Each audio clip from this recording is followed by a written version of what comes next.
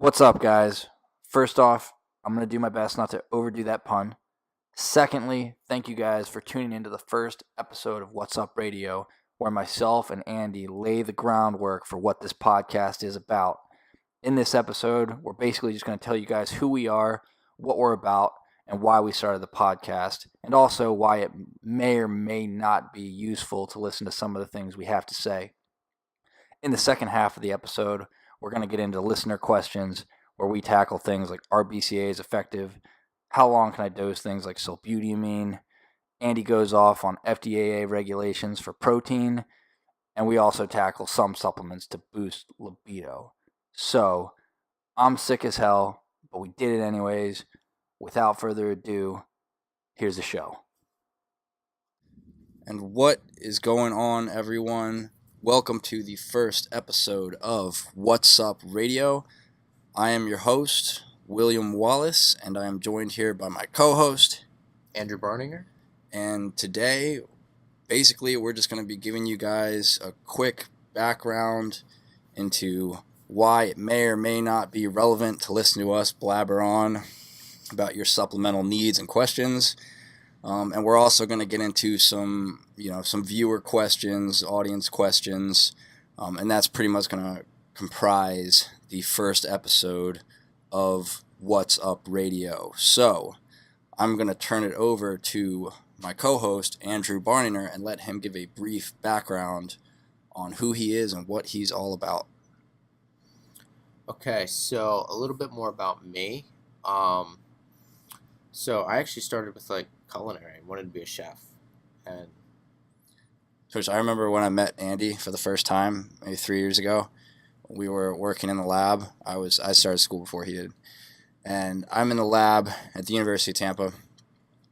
And Andy comes walking in wearing jorts, and I still have those jorts. Yeah, and I know that jorts are a thing now. That they kind of came back and they made a resurgence, but 3 years ago, not many people were rocking the jorts. So he walks in wearing jorts and a flannel, and I was like, okay. And he ended up sitting right next to me. We were both interns at the time, so we were kind of like shunned in the corner of the lab. But that was the first day. The first day I ever met Andy, and I had some interesting presuppositions about you, but we apparently hit it off right away. And like I like to tell people, Andy is the chemistry to my biology, so we make a nice tandem. But anyways, I'll let him continue.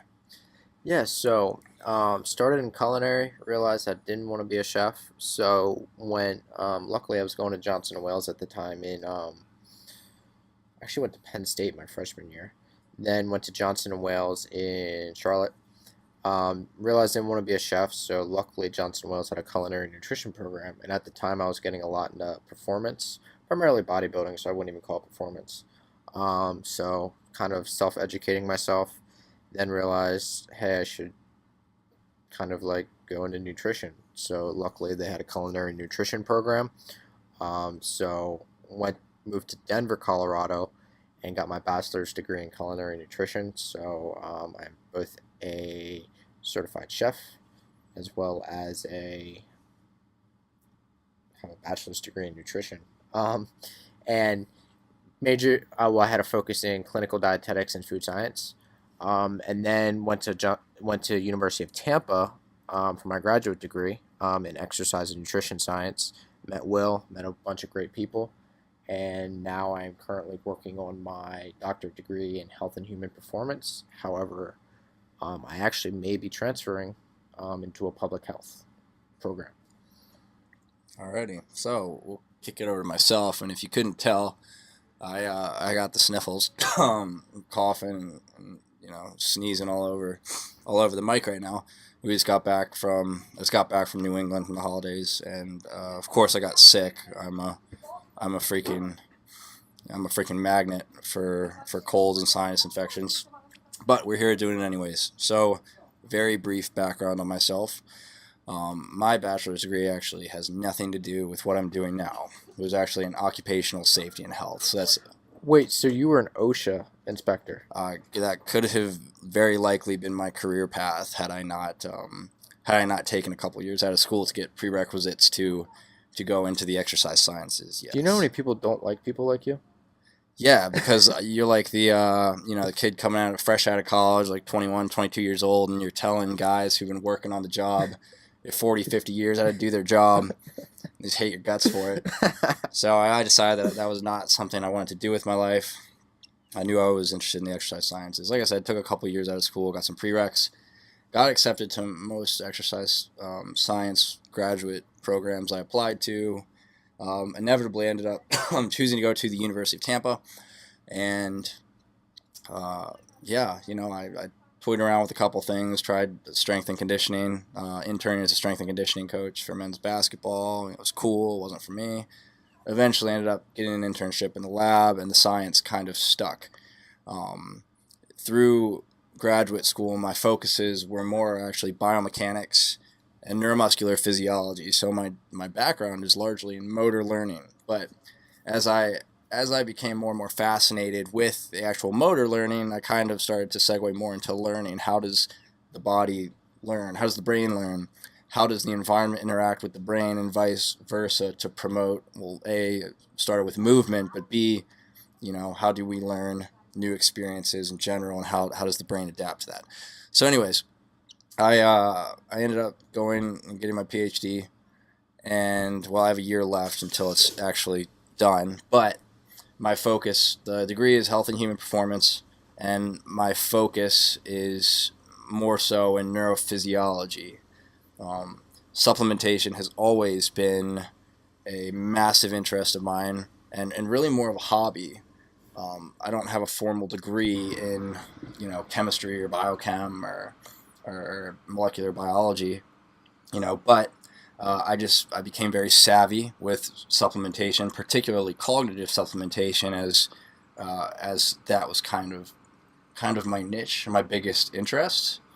So right now I work as a product developer and a supplement formulator, and guys. So that's the brief background on myself and Andy. This podcast is going to be largely dedicated to supplementation, as you could have guessed from the title of the podcast and the logo itself.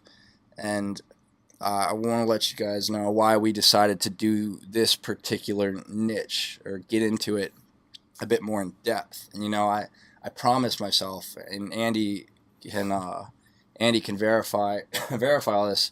I promised myself I wouldn't start a podcast, because I'm like, everybody and their mother has a podcast, and it's not unique anymore, and it's not interesting. Like, with all due respect to everybody out there in the fitness and health and wellness field that has one, it really is a lot of the same stuff. How many motivational podcasts can you listen to? I mean, it's great, man. Look, some people need that stuff, and to a degree, everybody needs it sometimes. But there's only so much I can take. If I hear one more motivational speech from somebody who hasn't really done a whole lot in their career, I'm gonna lose it. But let bygones be bygones, and people do what they want to do. I have no interest, and I kind of realize the scarcity of diverse and unique information out there. And as me and you both have a background in supplementation and also product development, I thought, supplementation is such a big part of everybody's life. Though it doesn't rank very high on the hierarchy of essentials to achieve health and wellness and fitness and all those types of things, it can be a very important and integral part. And like I said, it's a big part of our daily lives. Like, do you know anybody who doesn't supplement with anything ever? I mean, everybody's taking some type of supplement, whether it be like a multivitamin, whether it be, I don't know, creatine, whether it be something as simple as like a fiber source, whatever it may be.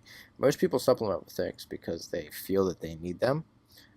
So what Will and I want to do is kind of just break through the research on different topics and but kind of show you what the research says about different sources of supplementation.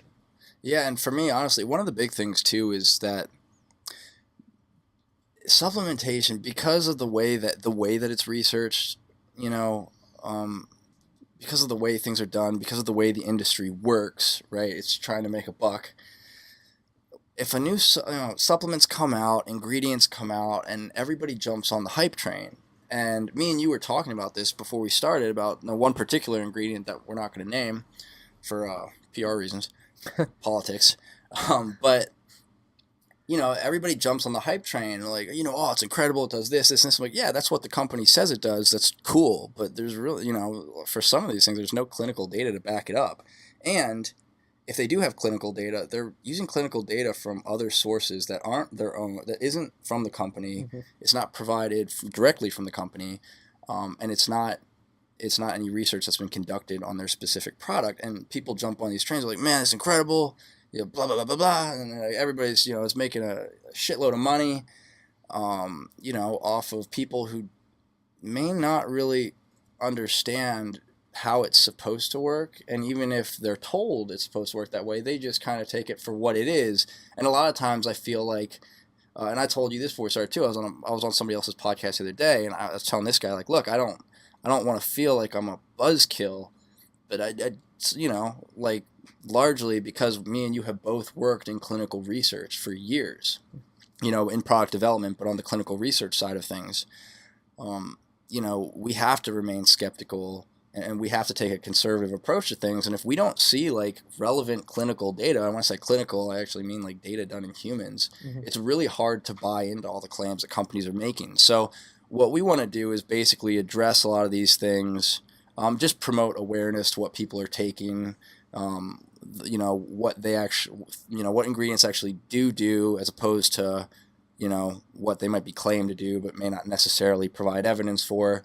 And we want to do so in a manner where we're not knocking any companies that use these ingredients. We're not knocking the companies that have brought these ingredients to market.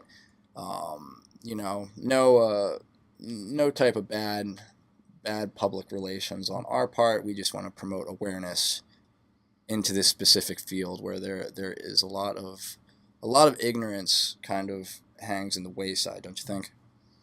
Yeah, I mean, how many formulas do you see come on? I mean, in the past 3 or 4 years, how many new supplement companies do you see?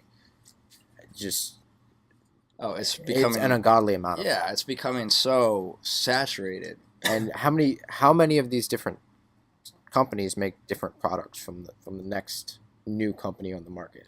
I mean, dude, I hate scrolling on Instagram because every fourth post is an ad from a supplement company. And granted, it's targeted because I'm always looking at supplement companies because I want to see what people are coming out with. But, I mean, there's nothing new, and it's because I think it's largely based on ignorance. And, like, ignorance in its... I hate using that word because people think that I'm, like, a bigot. Totally a bigot. Ignorance in its, I'll call it dictionary definition, which you just don't know. So I think a lot of people are just formulating supplements based on what they think and not on what actually is. So, and I would to a large degree agree with that. But like I said, we're just here to clear the air, to talk supps, to interact with you guys, our audience. We're not here to shoot anybody down. And yeah, like, one thing particular I do think is nice about this particular podcast is that we have a bunch of awesome guests lined up that the audience will be able to ask questions to, interact with. We can take a look and see what are these guys supplementing with that helps them be so successful in their particular fields, whether it is bodybuilding or entrepreneurship.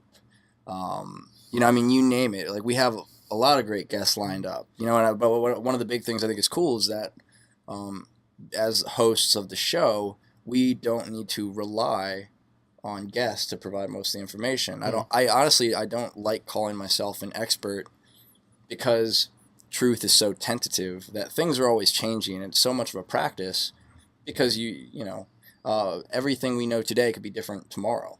And so I'm like, I like to think that me and you are two pretty bright guys, and we have reasonably good ideas and good perspectives on things out there. So hopefully people can find value in this. But like I said, hey, some of these shows will be with myself and Andy tackling specific topics, and other ones will be with kick-ass guests. Would you consider yourself a specialist? Yeah, of course I would. Okay. Of course I would. I don't like calling myself an expert, but I do consider myself a specialist. Okay.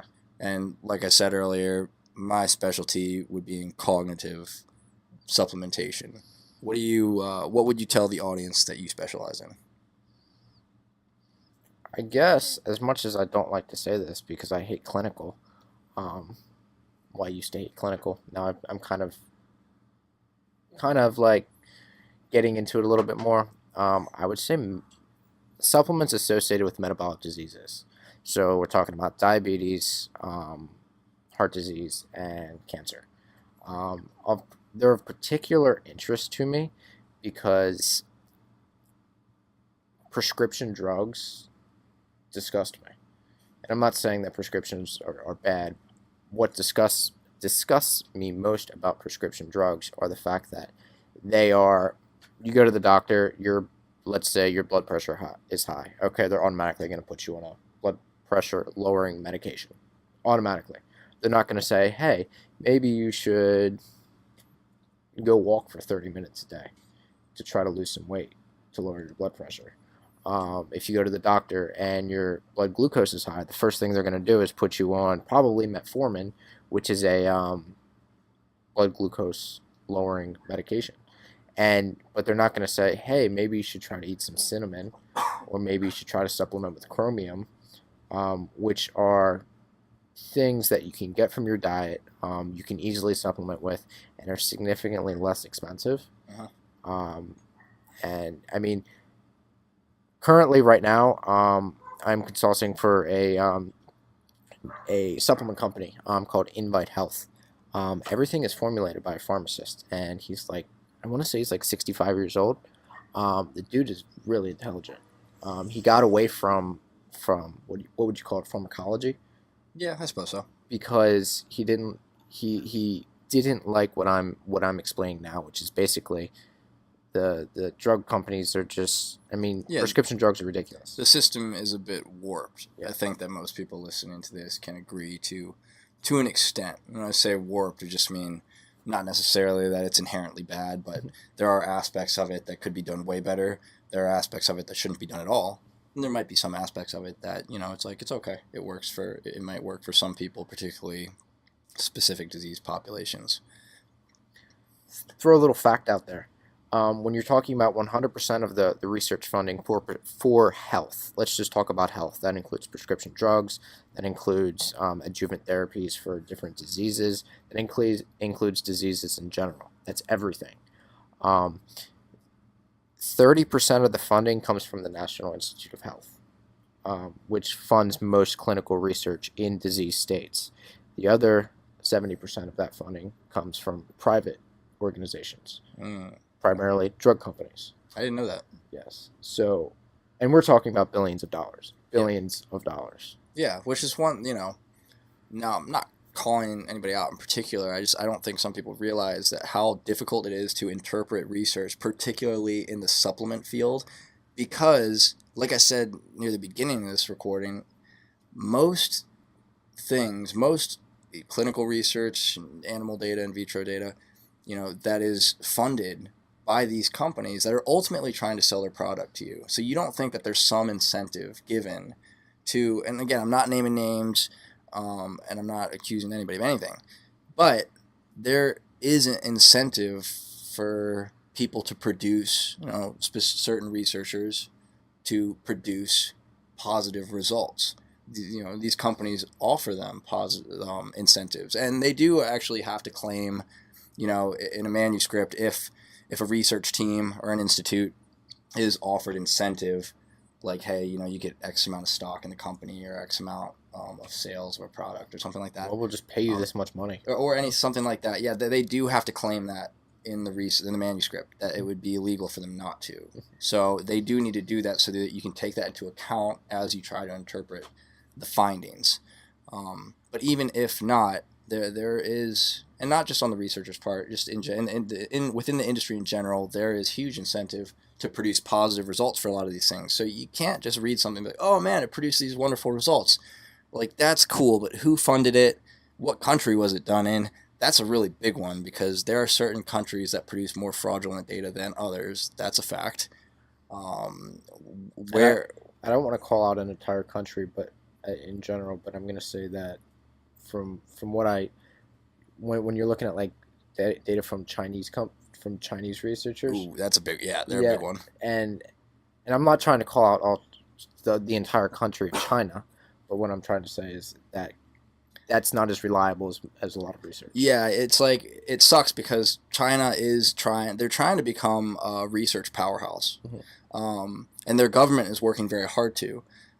At the same time, it becomes difficult because the amount of fraudulent data that comes out of China is very high in proportion to other countries. So, and it sucks because a lot of times, researchers at big universities, they're pressured to produce X amount of research in X amount of time to keep their job, or it's like, hey, if you don't get positive results on this study, you won't get the funding you need to ultimately fund the department, um, and you could lose your job over it. So there is a huge amount of pressure for researchers and to publish data. And then when you get into supplements and you have this pressure by companies, and then you involve incentives, it turns into a bit of a proverbial shit show. But I do know that China's government is working very hard to, again, like I said, they're trying to become one of the world's kind of foremost powerhouses in research produced. So I know the government's working very hard to overturn this kind of like negative outlook that some of the rest of the world has on some of the research coming out of there. But when you see supplement research coming out of China, it's really tough, and you really really need to look at it with a critical eye. So yeah, it's tough. It really is tough interpreting this type of research. You really need to look at the entire body of research and the consensus that's come out from some of the experts, and then you got to pay attention to who are the experts that are actually providing the research. So it's not as easy as picking up a manuscript and reading the results and be like, great, this supplement does this. That's why just simply reading an abstract, just looking for that last sentence in an abstract that says it showed this result, is that's the worst thing that you can possibly do. The abstract's the easiest part to read, so that's why a lot of people, quote unquote, abstract readers. Abstract ninjas. What's that? Abstract ninja. That's what they call them. Yeah. But when you actually look into the details of the study, the methods, and all of the information that they provide, there you can find a lot of the details that you couldn't find in the abstract, and that's where you determine if a study could be bunk, it could be useful, what it may be. It's just tough because there's so many different things to take into consideration, especially when you're reading. Was it in a human model? Was it an animal model? What type of animal was it? And for what purpose? Like I know that, for instance, different types of supplementation used in like pigs. They use pigs because pigs have the closest digestive system to a human being. We use rats because rats' brain is the closest we can get to try to mimic in some of the effects in humans. So what kind of animals are they using, or is it cell data? Is it done in a petri dish basically? And petri dish is normally where we start with a lot of things, simply because we don't want to test something in a human if it didn't do anything in a petri dish, or maybe we did.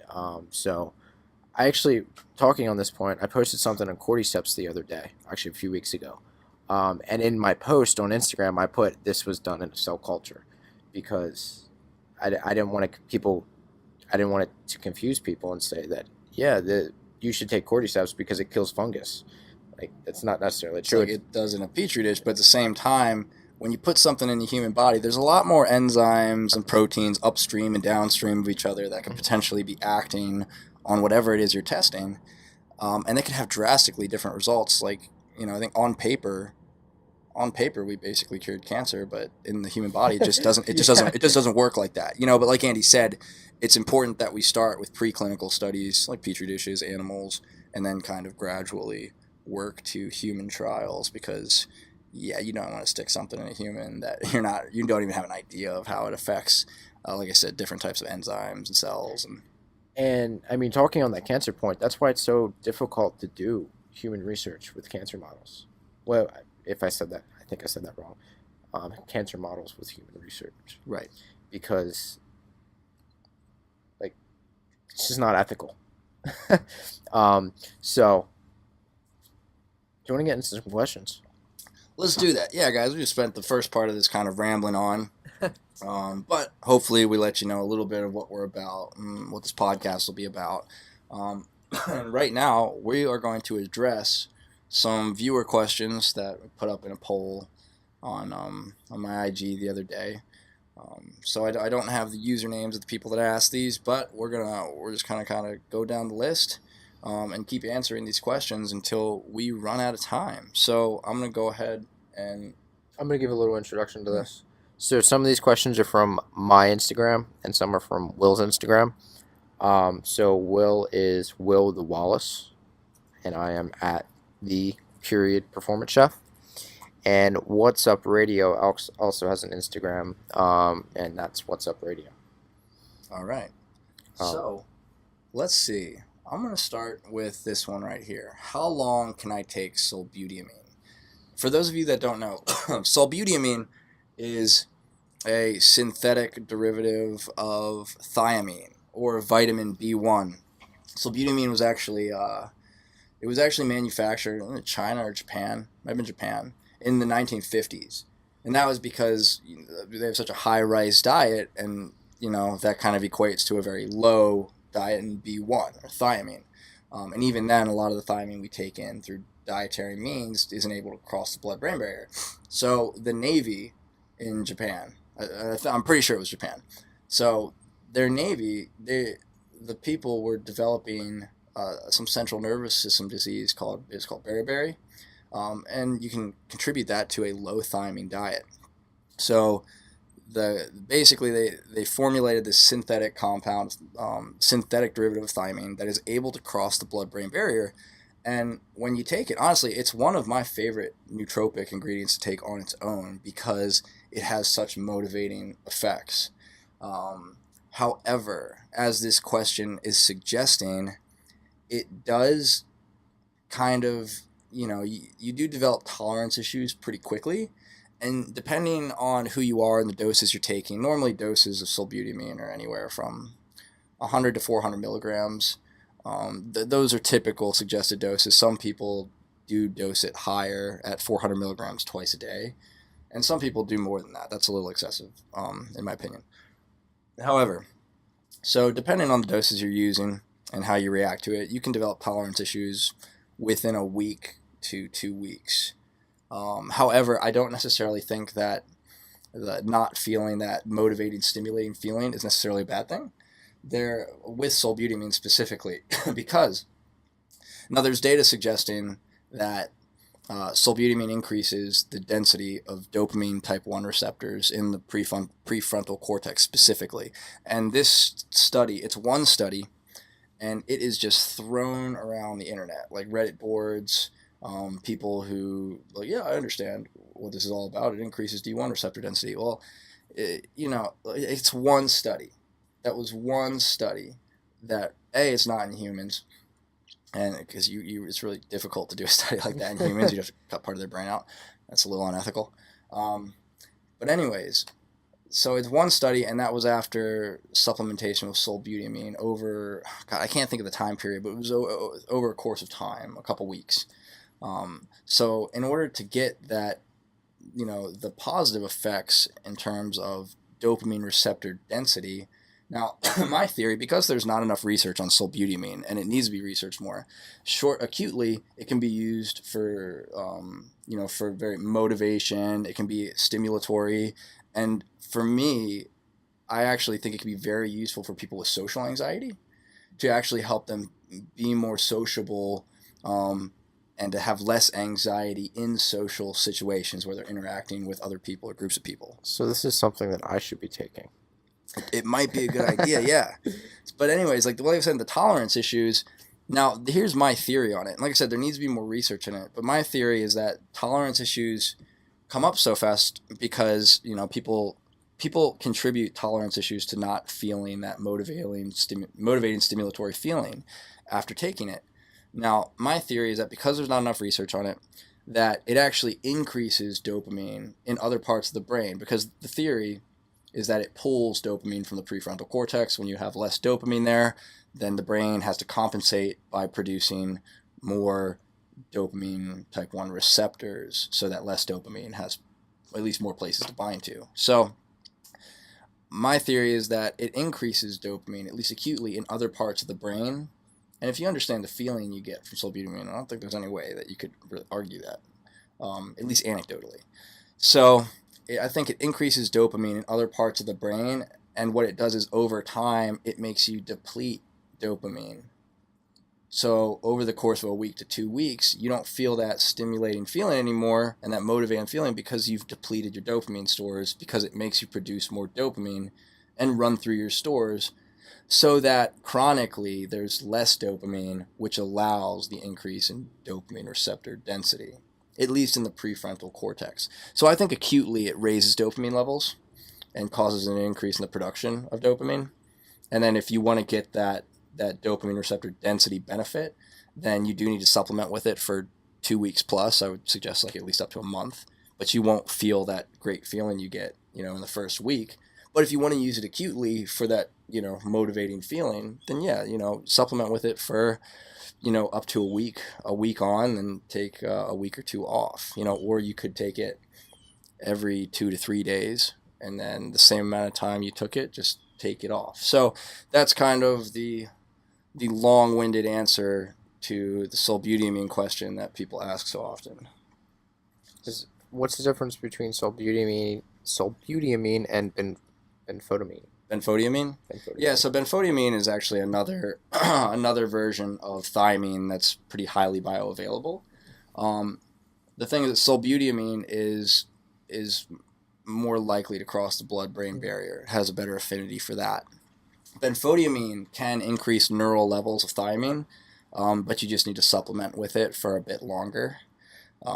Not too long, a couple weeks, and it should do the trick. But benfotiamine is a more bioavailable source of thiamine that would mostly work for peripheral tissue.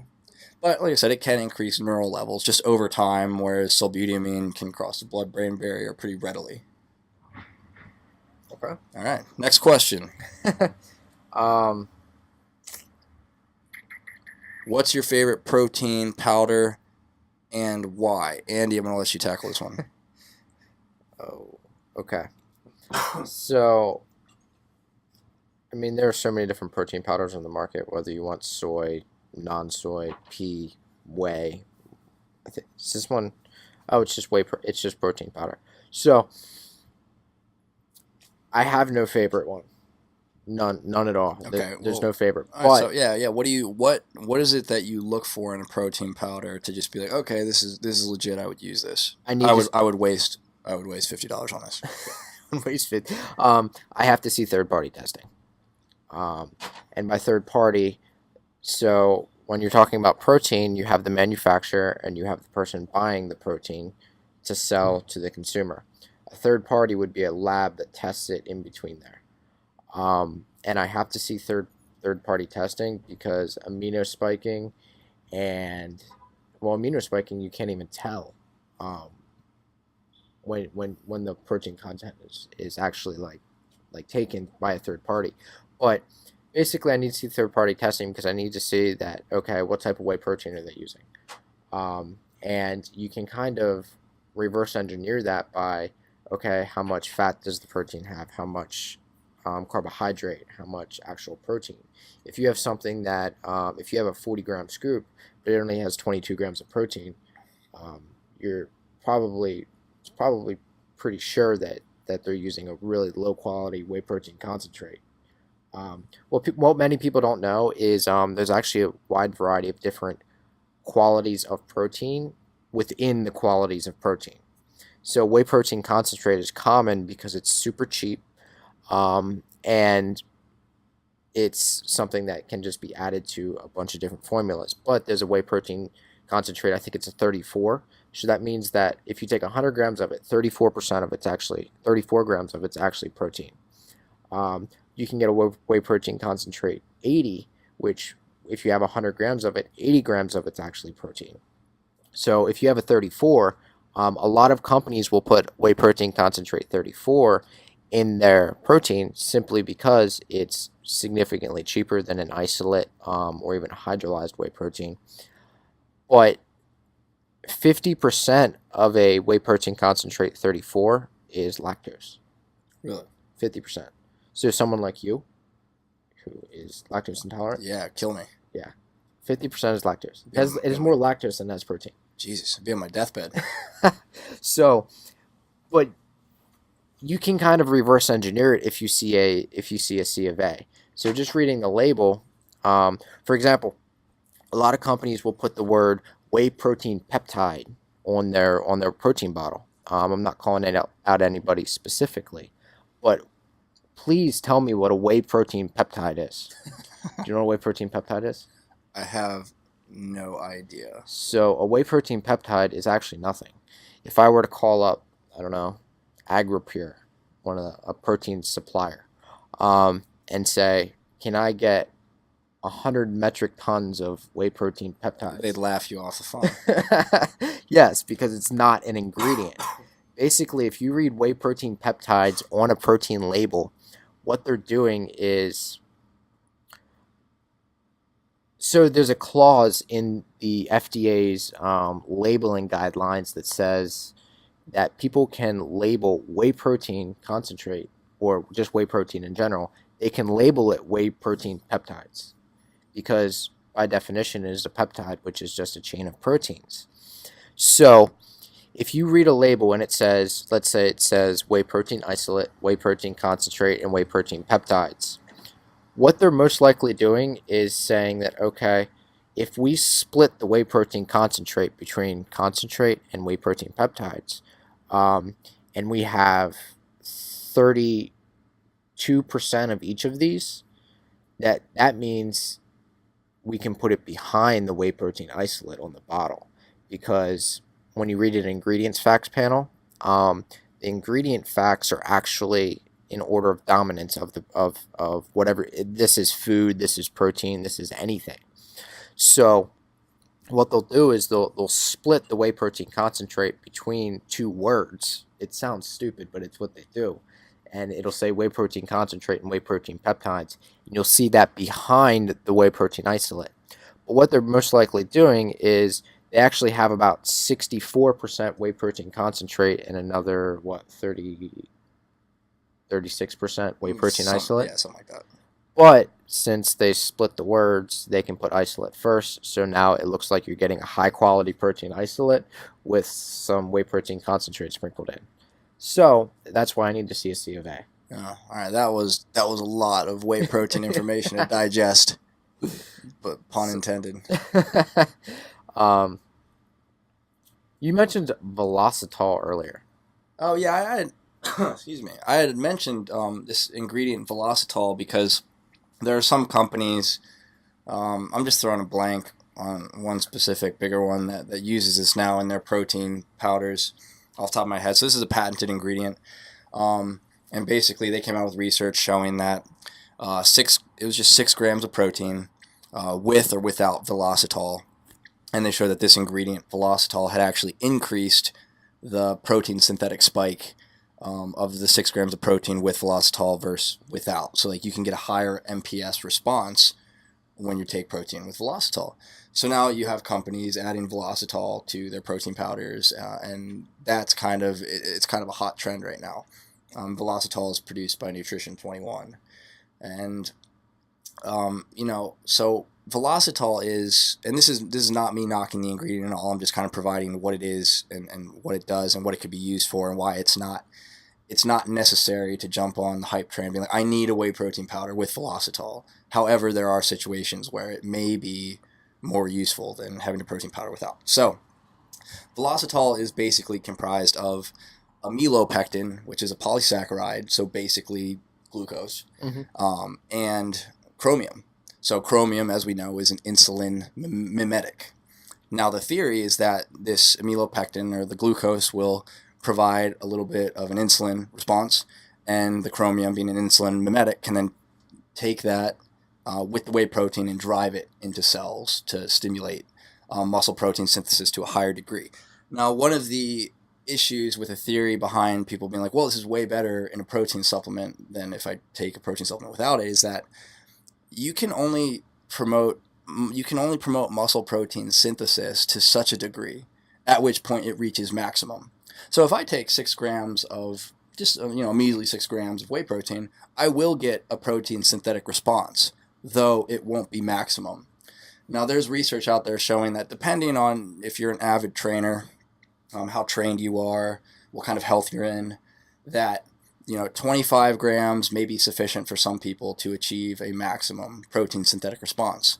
Though in more of a trained population, there's research suggesting that in upwards of 40 grams is better than 25 to 30 grams, and you will achieve a higher protein synthetic response. But past that, the response doesn't get much higher. So again, depending on who you are, between 40 and 50 grams of protein will nearly max out the protein synthesis spike.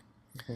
So taking Velocitol won't increase that spike even more if, let's say, that you have an efficaciously dosed protein powder. It's good quality. You're taking 40 to 50 grams. So it shouldn't have whey protein peptides in it? Probably not. Okay. So let's say you have 50 grams. Now, there's no research to support this. There's not. The research would need to be done, and then we would need to see it. However, if you're getting a maximum protein synthetic response at 50 grams of protein, well, it's already maximum. It's not going to be any more maximum by adding amylopectin and chromium. And by the way, the amylopectin is 2 grams, so I don't think you're going to get much of an insulin response from that. So it's mostly the chromium acting as an insulin mimetic.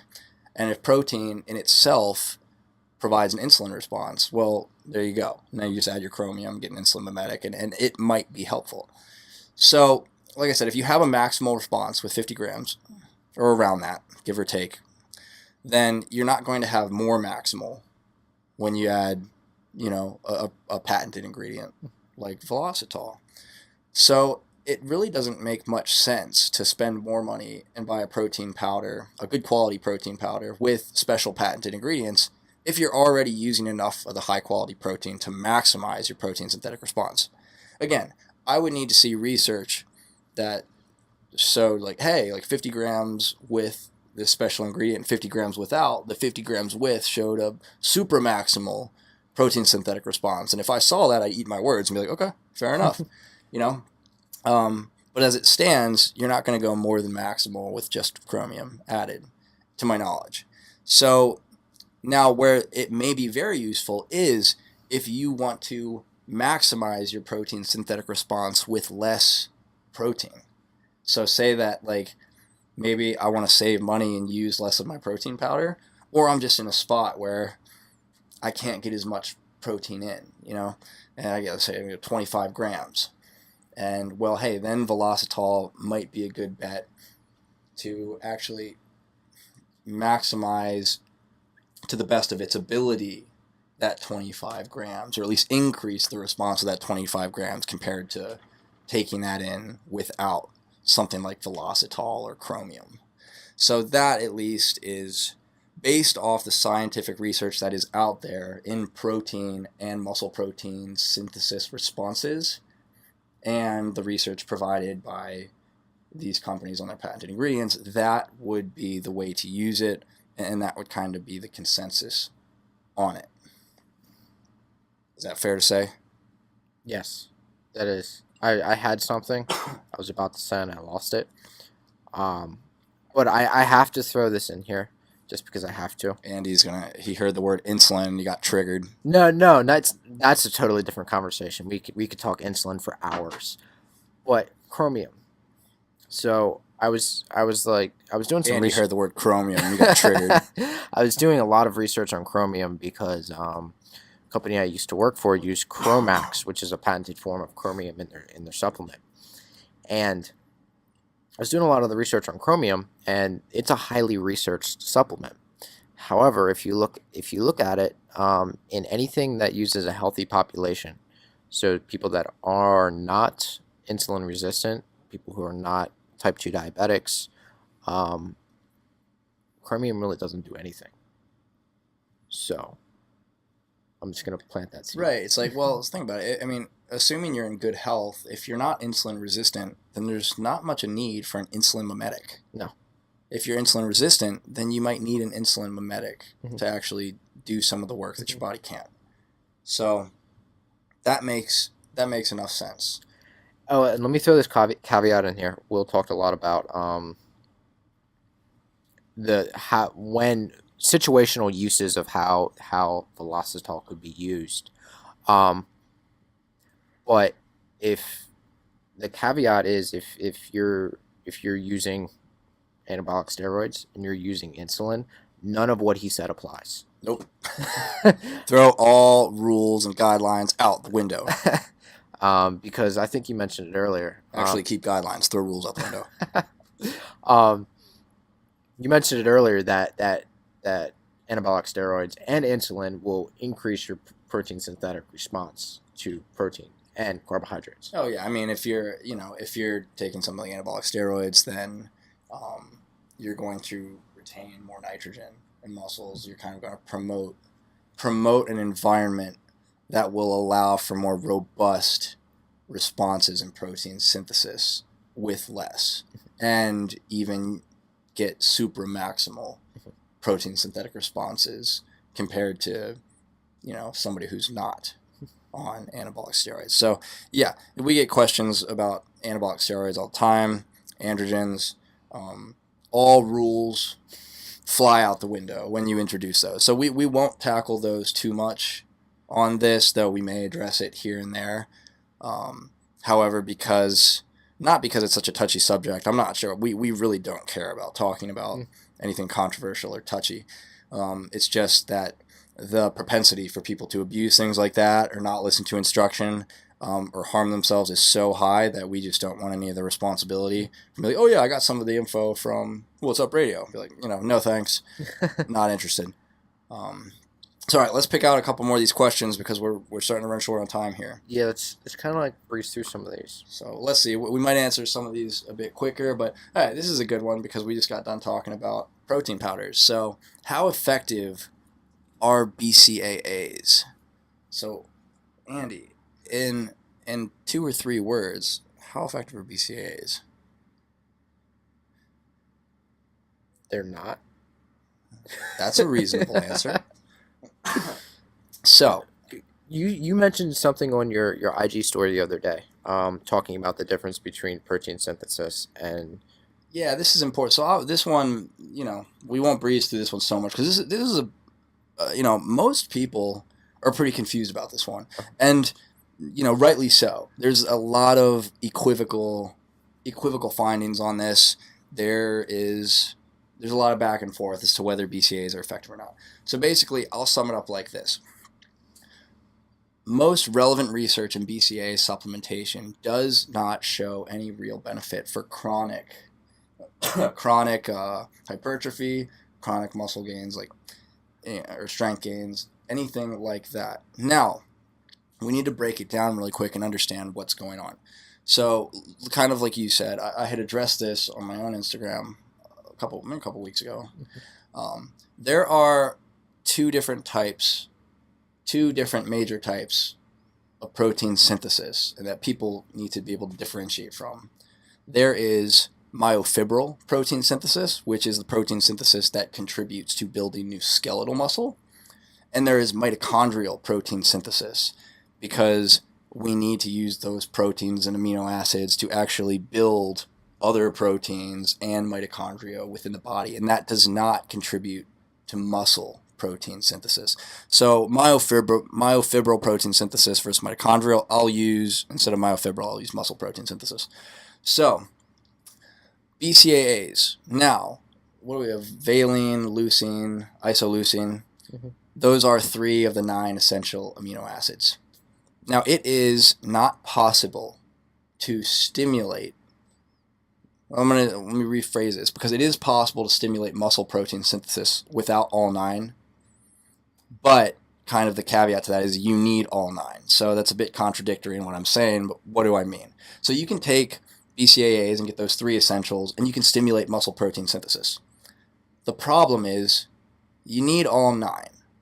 So if you're not getting all 9 from your diet, and that's not circulating in your plasma, your body is going to take the other 6 essential amino acids from skeletal muscle. So you're kind of going to dip into a negative net protein synthetic balance in order to stimulate more protein synthesis. So it gets kind of confusing. But most times when people take BCAAs, it's on an empty stomach, right? Either while you're training, in the morning, if people want to do fasted training and they want to try to prevent the breakdown of muscle. Well, like I said, your body's going to pull the other 6 essential amino acids from skeletal muscle, which isn't going to do you any favors in being in a net positive protein synthetic balance. So it gets it gets a little confusing, but I guess it's semi-simple. At the same time, when you're taking in BCAAs, you have kind of unusual concentrations of the 3. Like normally people have 2 to 2.5 or plus grams of leucine. And a lot of these amino acids compete for the same transporters and the same enzymes. So now when you kind of give yourself unusual concentrations like that, like really high doses of leucine, but you have doses that are in the kind of hundreds of milligrams of the other essential amino acids, not as many of those are going to be absorbed kind of in favor of leucine with higher concentrations, in which case the protein synthetic response might not look as optimal as it could be otherwise.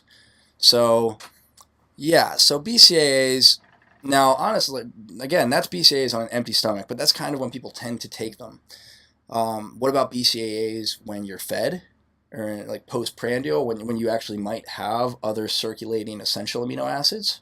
Well, again, you kind of go into that weird, the concentrations and the competition for transport of amino acids might throw off the response a bit.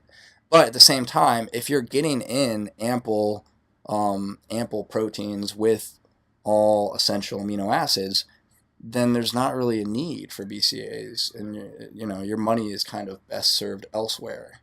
So my take on it is, if you like the taste, go for it. But Flavor your water with it. yeah, sure. But I would take them if and only if I had ample amount of complete protein circulating in my plasma. So if I was getting enough food every day with enough complete protein sources, in which case you wouldn't need BCAAs. But if you were going to take them, that would be the only situation I would take them in, which would thus lead me to conclude that BCAAs are not useful, at least for my purposes, and probably for a lot of people out there. So I would much rather stick to essential amino acid complexes, and you do see a lot of companies now kind of realizing that and jumping on that train. So yeah, stick to the essentials and stay away from the BCAAs. I just don't think that they're worth the money. Sorry, I've been looking at these questions and I really want to answer it. Go for it. Best supplements to boost libido. All right. So, chocolate. Chocolate contains 2 compounds that will directly increase libido. Relevant for everybody. So chocolate.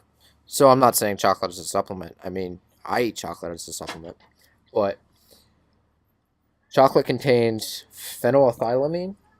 Phenethylamine. Yep. Phenethylamine, and no, what was I going to say? Anandamide. Anandamide, right, a cannabinoid. Yes.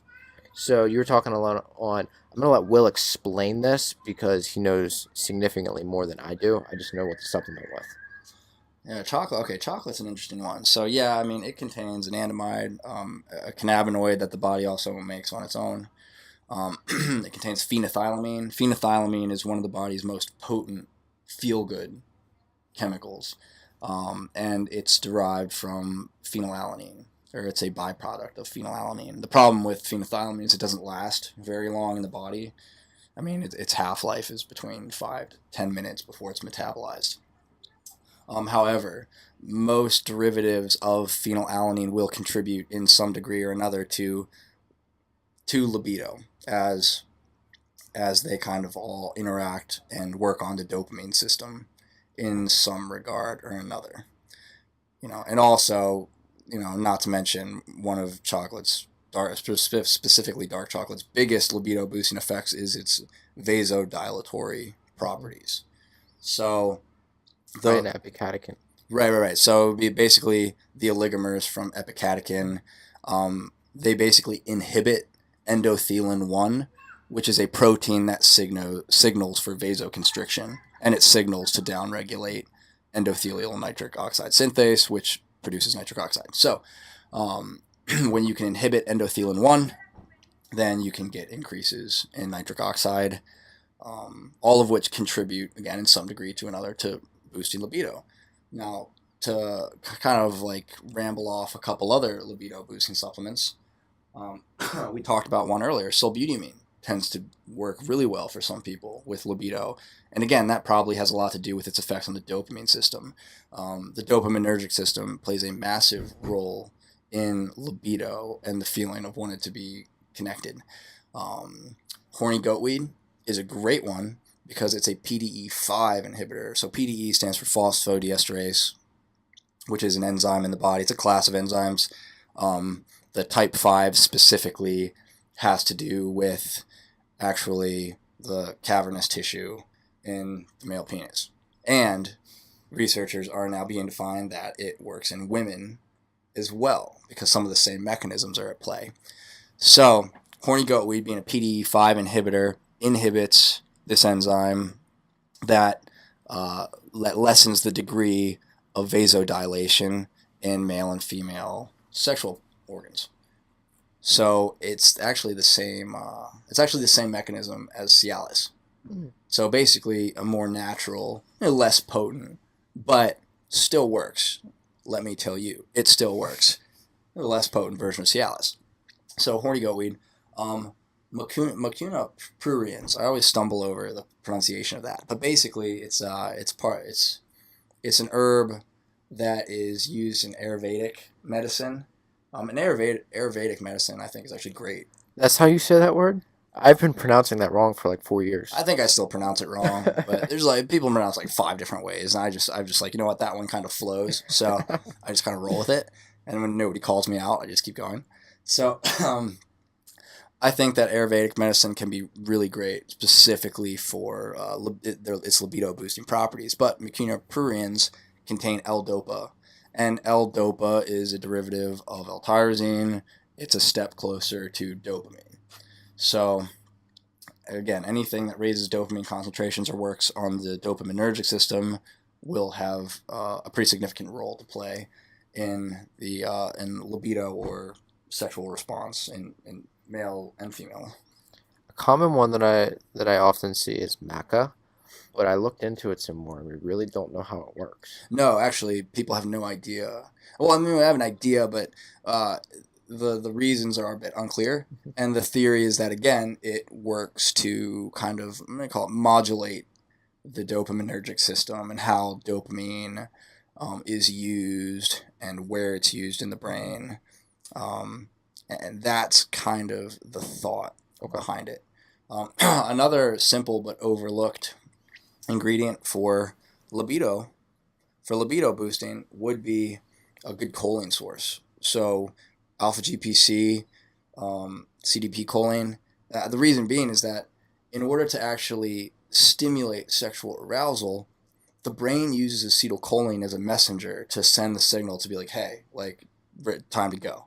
That like, granted, there's a lot of neurochemicals that play a role in this, but acetylcholine is a massive one. If you don't have sufficient levels of acetylcholine, now again, acetylcholine is one of the main messengers, the primary messenger that your muscles use to contract. So you can imagine if you're low in acetylcholine, not only weak muscle contraction, but your sexual health, particularly if you're a male, then erection is definitely going to suffer. So, I mean, I've heard stories you see on like Reddit boards, people who supplement with alpha GPC regularly, they almost have uncontrollable libido to the point where they need to back off the dose of alpha GPC. Really? Yeah, it's weird. These guys saying like, "Oh my god, like I can't take anymore." Like I'm like, "Wow, this is a problem every male would like to have, I guess." But like I said, I mean that should be the case for both men and women. So I think choline cannot be overlooked when we're talking about libido and sexual health. I couldn't imagine taking 1,200 milligrams of alpha GPC before sex. God, it'd be a war zone. So I guess we have some more questions, but we're probably gonna answer them on our next episode. We tackle one more. One more. We can tackle one more. Let's see. Let's rummage through these. Let's see. We got two here. We can go with the CBD mechanism of action, or how do we get your immune system back on track after a course of antibiotics? Andy, I'm gonna let you pick. Yeah, we can do that. We'll do the immune system. So compromised immune system that could be due to a lot of different things. However, one of the strongest indicators of a compromised immune system is actually your gut health. So your gut, surprisingly, interacts with many different parts of your body. For example, you have something called the gut-brain axis. So bacteria in your gut can actually influence your emotional state, your ability to learn. Cortisol, which is both a cognitive and I would say systemic hormone. Yeah, there's a lot of people that say, "Oh, the gut is the second brain," to which I would say, "No, you have one brain." However, the gut is another communication system. It was actually coined the enteric nervous system, because there's essentially, I don't want to call it an organ, but there's a huge communication system between your entire digestive tract and your brain. We're also finding that gut health has an influence on things like cancer, diabetes, weight loss, heart disease. So the gut is very important. However, the gut also facilitates your immune system. So, for example, if you're a baby, that doesn't really make sense. But say you have a baby and that baby is born via C-section, that baby is actually more likely to have immunity problems because the vaginal canal has beneficial bacteria for the baby. And as the baby is being delivered, its body is smeared all over the vaginal canal. Right. So maybe that's why I'm sick all the time. Were you born via C-section? I think so. I need to double check with the mom on this one. Could be. I mean, I've been freaking get sick every season. And my kid Chase was born via C-section. So what I did was I'm actually giving him probiotics, so his immune system isn't compromised when he's older. However, back to the course of antibiotics. Antibiotics will actually kill good bacteria in your gut. So when you take antibiotics prescribed by a doctor, they will destroy your gut ecosystem. Really? Or I'll call it microbiota. Interesting. So basically, for people who get sick constantly, it's almost like a negative vicious cycle. Right. I mean, it comes out. I mean, it's right. It's in the name. You know what I mean? You have antibiotics. Yeah. And you have probiotics. Anti, against, and pro, for. It's really quite simple. So if you were to take, for example, say this year you get sick, and you take antibiotics. Okay, next year you get sick and you take antibiotics. And the following year you get sick and you take antibiotics. Basically what you're doing every time is killing your gut health. So it actually weakens your immune system, even though it's killing the bacteria that made you sick. So after a course of antibiotics, I would megadose a probiotic supplement, specifically with lactobacilli and bifidum bacteria, because they're the two of the most abundant phyla in your gut. So I would megadose them, and by megadose, I would take about 200 billion CFU a day for about 2 or 3 weeks after the probiotics, and this would help repopulate your gut microbiota, so that you have improved health and immune system. Right. And I think an interesting tidbit to add in when we talk about probiotics, me and you talked about this maybe a couple weeks ago now. There tends to be this view from the general public that the more CFUs, the better. Like 200 billion versus 100 billion. Like, sign me up for 200 billion. I'll pay more money for that. However, it doesn't seem to be the case, and it's not what the research suggests is necessarily the most benefit. Now, probiotics are so complicated, and I talked to a researcher who basically his life's work is probiotics, and he was telling me, like, look, like, it doesn't matter if you're using 100 billion CFUs, 200 billion CFUs. It's the equivalent of putting a drop of dye in the ocean. You wouldn't expect one drop of dye to change the color of the ocean. So what you need to do is you need to get the right type of species, the right type of strains, and a combination that is synergistic together so that it allows for cultivation in the gut, so that when they get into the gut, they can cultivate. Now, when you see a lot of companies jacking up the dose, like 200 plus billion CFUs, now they may just be adding a large dose of one particular or two particular species that don't necessarily allow the other species and strains to cultivate. And I find something common with those companies is they'll just say lactobacilli or bifidobacteria. They won't specify species or strains. So you don't actually know what you're taking. I mean, there's hundreds of these different. No, and at the same time, when they're all inside the pill together, there are some species and some strains that will compete inside the pill. So by the time you get it, you could have some species and strains that have all but been destroyed by the other species.